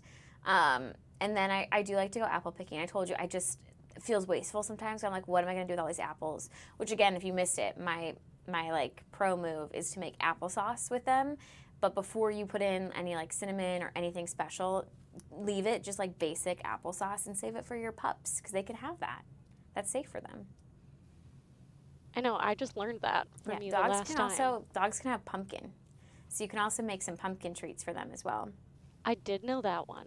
We do make my dog frozen pumpkin sometimes. Wait, that's so cute. Well, if you do it this season, will you bring some in for Zobrist, my dog? Oh, yeah, for sure. Because I'm going to be honest, that sounds like a lot of work, so I'm not going to be doing that one for Zobrist.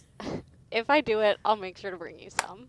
It's a plan. I love that. Speaking of hard work, let's take another live look here at Panther Arena as the Milwaukee Admirals, we've been kind of following this journey for about the last half an hour. They've been getting the ice arena ready for the season, which kicks off next month in October, which earlier today I felt like October was so far away, but it's really not. October is like a week away. But they'll be starting their season away October 11th in Rockford, but their first home game here at the Panther Arena, October 18th, they'll be playing Texas. We've been watching them kind of paint in all the regulation lines. And as we've been teasing, their next thing after all the regulation lines will be the Admirals logo. But if you were to have, tuned in the beginning of this day, there wasn't even ice in the arena. So first they filled it with ice. They got it all set and situated.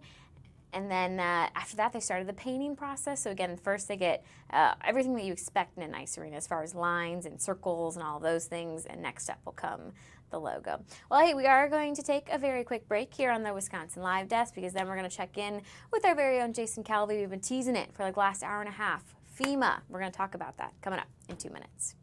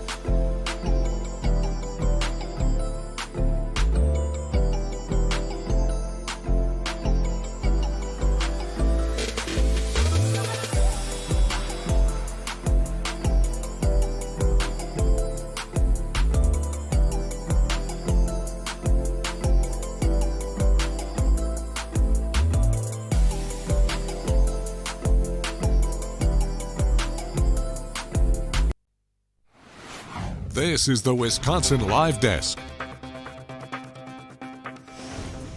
Welcome back into the Wisconsin Live Desk this Monday afternoon. It is now 2:15. We've covered a lot so far in this couple of hours here on the Wisconsin Live Desk, from stories here in Wisconsin to stories across the country and even with the UN there across the world. But we do want to go back to a story that is happening here in Wisconsin that started, last month with those just devastating floods that we saw here in the Milwaukee area. And we know a lot of damage was done in those floods. And some of you guys are still looking for help and for resources and for the potential of FEMA funding. So I want to go ahead and bring in our very own Jason Calvi, who has worked kind of tirelessly on all of these flooding stories and to learn the resources that are available to us. And Jason, I understand that you're actually able to talk to some FEMA representatives today. Yeah, you know, people still have questions, and so they're able to bring their questions right here. This is one of those centers that's here to help survivors of the flooding. And there's several locations across Washington County. We're in Germantown. There's another location in Ridgefield. And then as well, their main disaster resource center is in West Bend at one of the county buildings out there. So to answer all of your questions about FEMA and how to receive the aid, I'm actually going to bring in an expert from FEMA, and Aaron Dara. Thanks for being with us. Appreciate your time. So what is going on here? What kind of questions are people able to bring into this center? Well, thank you so much for sharing the news to all the survivors that we are here. We're taking either applications or if they have any questions about their process or if they need help uploading any documents. We're going to be here at Germantown until 6 o'clock today. Okay. And people can come here, the Ridgefield, the West Bend. Why is it important? I mean, a lot of the application process is online, so why also have these physical locations as well? Well, we have different options. You can either go online on disasterassistance.gov, you can call 1-800-621-3362, or you can walk into one of these places in case you want to talk to somebody. If you have questions, if you prefer talking to a person, that's why we're here. Let's talk about some of the common questions that people have. Insurance. Do I need to 100% file a claim with my insurance and have that rejected before I can go through the process with FEMA? Well, if you have homeowner insurance, we ask you to contact them first, and then you can come and talk to us. While we wait for their decision, you can also talk to us. But at least we ask you to start the process with them. In the meanwhile, we can start the process with us. Are some people a little nervous if they file a claim, they're rejected, but then potentially their premiums could go up? So maybe they say, well, I don't really want to file a claim. That's kind of part of the process here. Is there any way around that denial and processing a claim with your insurance? Well, the first step, like I say, is to contact them and then come and talk to us. And we wait for their response. If there's an issue with the insurance, we're glad to help and help them through this process. If the insurance helped them, but it wasn't enough to cover the damage that they suffer for these storms in August, they can still come and talk to us. The main thing is that if they have any doubts, please come and talk to us. The reason why we want them to contact their insurance is because FEMA can't duplicate benefits. Some people, maybe they were fortunate and got their benefits. Some people didn't, or they didn't have flood insurance. So because of all these questions, they can either call us or come and talk to us. But yes, the first step is at least to contact their homeowner insurance. When it comes to the amount of money, I know the president had talked about about $30 million roughly for Wisconsin. If we go over $30 million, what happens after that? Well, that was just a number given to the assessments that we did, but we understand that that number can go up, that number can go down. So, you know, we're here to assist all the survivors that suffer damage and that they qualify. We're here. So 30 million it can go up, it can go down. That's not a set number. So if we get to 30 million and there's still another $2 million or more of damage, those people could still receive federal assistance. Yes, we completely understand that that was just a number given on the assessment, but we do understand that that number can fluctuate. It can go above that, and we're ready for that, or maybe it can be less than that, and we're ready for that. There's some, I guess you call it misinformation out there that it's first come, first serve. Is it first come, first serve? No, that's why we appreciate FOX News like you that are willing to open their cameras and we can share this information that, no, we are here to assist all the survivors that suffer damage due to the storms in August. No, there's no first come, first serve. There is just come and talk to us, help you through this process. We need your email, your phone number, your bank account information in case you receive the grants. They can go to your account directly. We need the address of where the damage happened. And, you know, if you do have insurance, contact your insurance and still come and talk to us in the meanwhile. If you were renting, if you're not a homeowner and you were renting and you suffered damage and you lost your property due to the storm, come and talk to us. If your only vehicle that you used to go to work or to school was damaged because of the storm, you might qualify for assistance. If you have medical expenses, dental expenses, child care expenses, storage expenses due to the storm, we can also help you with that. And it's interesting because I know Small Business Administration is another entity of the federal government. They actually are helping in the West Bend location. Yes, West Bend. So they're there to provide help for a couple different categories of people. You think not just small business owners, but you were saying also potentially a property owner. If you have a home, for example, where somebody is renting your house out and that house had flood damage, you don't qualify for the FEMA assistance, but you might qualify for SBA. What would that be? Yes, SBA is in one of our disaster recovery centers. They also have their own recovery centers where people are welcome to come and have their questions answered. SBA is here also to help. FEMA is here to help. So the good thing is that there is assistance out there, and everything starts with you coming and talking to us and give us a phone call.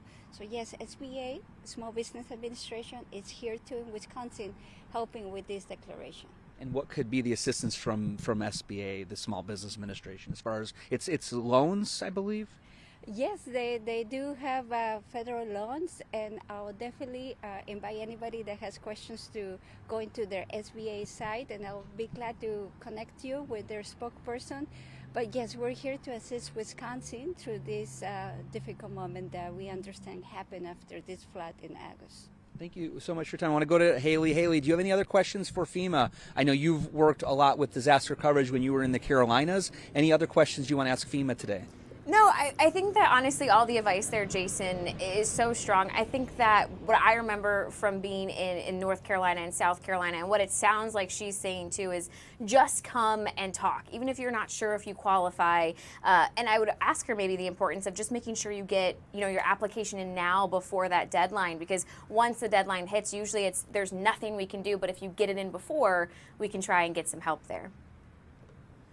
She was talking about, she covered flooding or actually was tornadoes, right? Very strong, the Carolina storms that we had recently, last year, actually a whole year ago.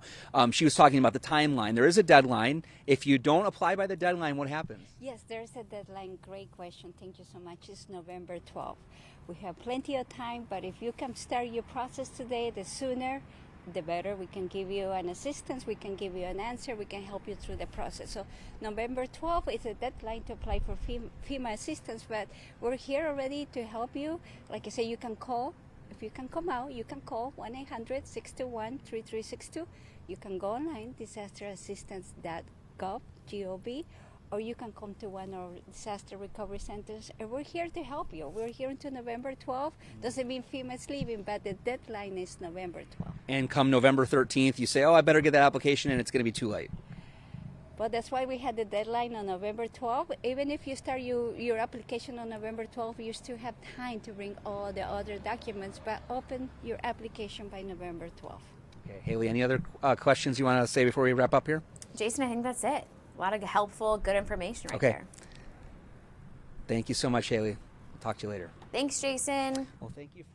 Alrighty, that was the latest coming out, talking right there to FEMA officials on the flooding. Obviously, as Jason was reminding you, President Trump got $30 million of FEMA aid approved for Wisconsinites that are dealing with property damage. And I love that point right there by the FEMA experts, kind of saying you don't even have to be a homeowner necessarily to qualify for this. You can be a renter and who is displaced, who can get some aid. You can be a car owner who maybe had their vehicle damaged, who can get some aid. And just the point there again, one thing I learned from Hurricane Helene, which I did cover extensively, is you just need to start that application by the deadline.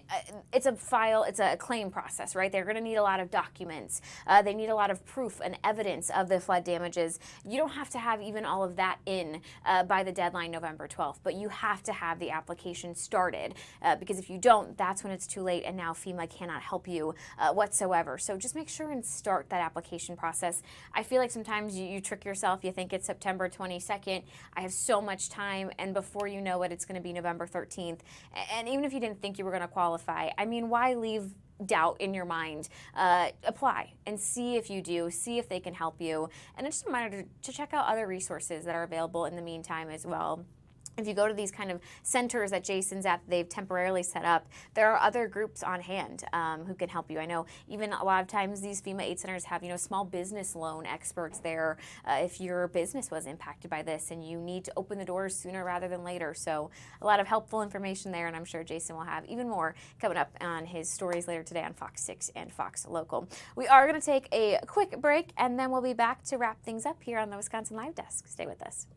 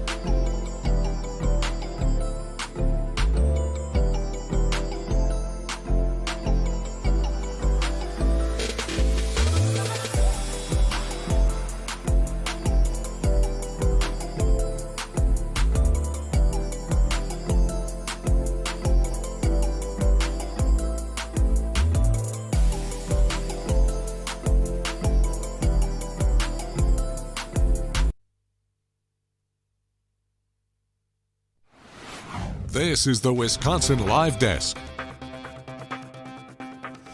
Welcome back into the Wisconsin Live Desk, where we are wrapping up 2 hours of headlines for you here. We've traveled, honestly, all over the country and the globe today. We could quickly go to New York if you needed another, shot of the East Coast, or we could do what I'm loving, and that's checking in on Panther Arena, where they are painting the ice, getting everything ready for the Milwaukee Admirals to start their season next month. It looks like they finished all the regulation lines, and they've gone on to the sponsors, which they're starting to kind of paint there on the side of the ice. Next up, they'll go to the center of the rink there, get you your logo, but it will be, I think, just a really cool process to continue watching that. Well, thanks for being with us.